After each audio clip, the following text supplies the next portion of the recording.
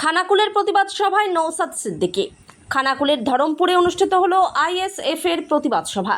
এদিন ওয়াকফ আইন 2025-এ বাতিলের দাবিতে পরিযায়ী শ্রমিকদের উপর জুলুম নির্যাতনের প্রতিবাদে, কাশ্মীরে পহেলগাঁওয়ে সন্ত্রাসবাদী হামলার প্রতিবাদে, 26,000 চাকরি বাতিল, দুর্নীতি ও বঞ্চনার প্রতিবাদে এদিন এই সভা অনুষ্ঠিত হয়। এদিন এই সভায় প্রধান অতিথি এবং বক্তা হিসেবে উপস্থিত ছিলেন নওশাদ সিদ্দিকী। এদিনের এই সভা থেকে তৃণমূল ও বিজেপিকে কটাক্ষ করেন নওশাদ। সাথে সাথে কর্মীদের এদিন বেশ কয়েকজন নওশাদ সিদ্দিকীর হাত ধরে আইএসএফ এ যোগদান করে। এদিন পহেলগাঁওয়ে হামলার ঘটনার কেন্দ্রীয় সরকারকে কটাক্ষ করেন। প্রশ্ন তোলেন, আদৌ কি ভারতীয় নাগরিকদের হত্যাকারী সন্ত্রাসবাদীদের কি শাস্তি দিল সরকার? মুসলমানের ওপর অত্যাচার বন্ধ করতে হবে। এ বিষয়ে আরও কি জানা যাচ্ছে সেই চিত্রই দেখাবো আপনাদের। খানাকুল থেকে সুমন চন্দ্রের report, crime press Bengal news.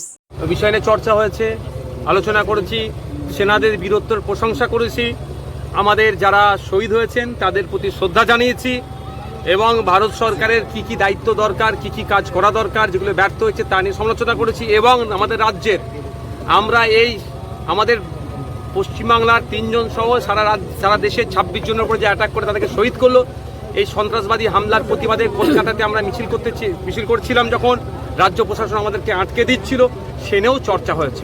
সেখানে যে রাজনীতিটা হলো, এরা তো বারবার বাইনারি পলিটিক্স করছে। দেখুন, বিজেপিকে বলেছিল মিস কলে সদস্য করতে। বিজেপির প্রতি মানুষের এতটাই অনীহা, মিস কল পর্যন্ত দিচ্ছে না। সে নাকি বলছে তৃণমূলের বিরুদ্ধে লড়াই। যেখানে ঘাটাল মাস্টার প্ল্যানের চিৎকার চেঁচামেচি ঠিকঠাক হচ্ছে না বলে খানাকুলের মানুষের ঠিক জায়গায় ঐক্যবদ্ধ হিন্দু মুসলমান নির্বিশেষে খানাকুলবাসী হিসাবে আওয়াজ তুলতে হবে যে আমাদের খানাকুল মাস্টার প্ল্যান চাই। এই খানাকুল মাস্টার প্ল্যানের শব্দটা তো নওশাদ সিদ্দিকী প্রথম এখানে উত্থাপন করেছে। প্রতি বছর হবে, বৃষ্টি হবে, বন্যার পানিতে খানাকুলের মানুষ ভেসে যাবে, আর ত্রাণ নিয়ে এসে কিছু ছবি তুলবে। এগুলো বন্ধ হওয়া দরকার। খানাকুলের মানুষের যোগ্যতা আছে যে অন্য জায়গার মানুষকে ত্রাণ দিতে পারবে, কিন্তু দুর্ভাগ্য আমাদেরকে খোঁড়া করে রেখেছে। খানাকুলের মানুষকে নিজের পায়ে দাঁড়াতে হবে, মানে খানাকুল মাস্টার প্ল্যান চাই। যদি বাস্তবে প্রতিফলন তখনই হবে যখন খানাকুলের মানুষ সজাগ হবে। তাই খানাকুলের প্রত্যেকটা মানুষকে বলবো, আওয়াজ তুলুন যে খানাকুল মাস্টার প্ল্যান চাই।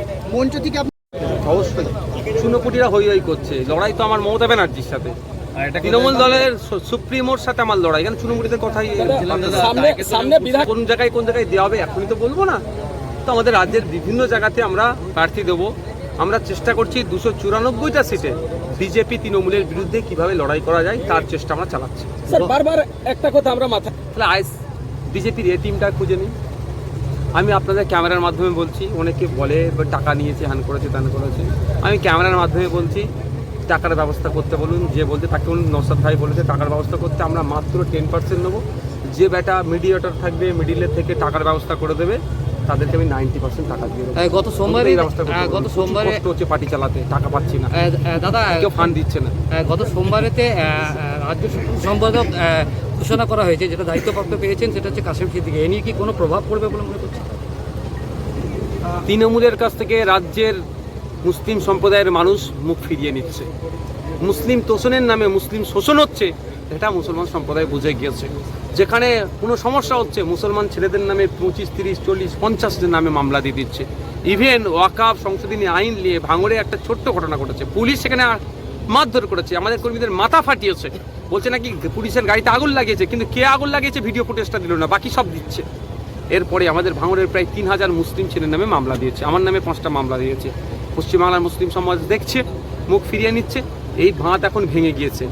যতই আপনি বালির বস্তা দেন না কেন, ভাঙা আমাদের বালির বস্তা হবে না। যতক্ষণ না পানিটা থিতোচ্ছে, যত হেভি আপনি প্রজেক্ট আনুন না কেন, যত বালির বস্তা থেকে যত আপনি ভালো মেটাল লাগান না কেন, ও ভাঙা বাঁধ আপনি আটকাতে পারবেন না যতক্ষণ না পানি থিতোচ্ছে। আর 2026-এর আগে পানি থিতোবে না। আমি কি বললাম আপনাকে? আজকে সভা কতটা সফল? তোমার আমার সকলেরই একটাই পছন্দ, মাদার্স চয়েস। ঘরে সুগন্ধি ভাত, প্রতিদিনের রান্নায় নিখুঁত স্বাদ, চাই উন্নত মানের চাল। তাহলে আর দেরি কেন? আজই যোগাযোগ করুন ধনরাজ অ্যাগ্রো ইন্ডাস্ট্রিজ প্রাইভেট লিমিটেডে। আমরা আনি আপনার টেবিলে খাঁটি ও মানসম্মত চাল, মাদার্স চয়েস নামে। একবার ব্যবহার করুন, আর ফিরে তাকাতে হবে না। বিশ্বাসী গোড়া, গুণগত মানে সেরা। মাদার্স চয়েস, মা যেমন চায় চাল তেমনই। যোগাযোগের জন্য এখনই কল করুন 8509752023 এই নম্বরে।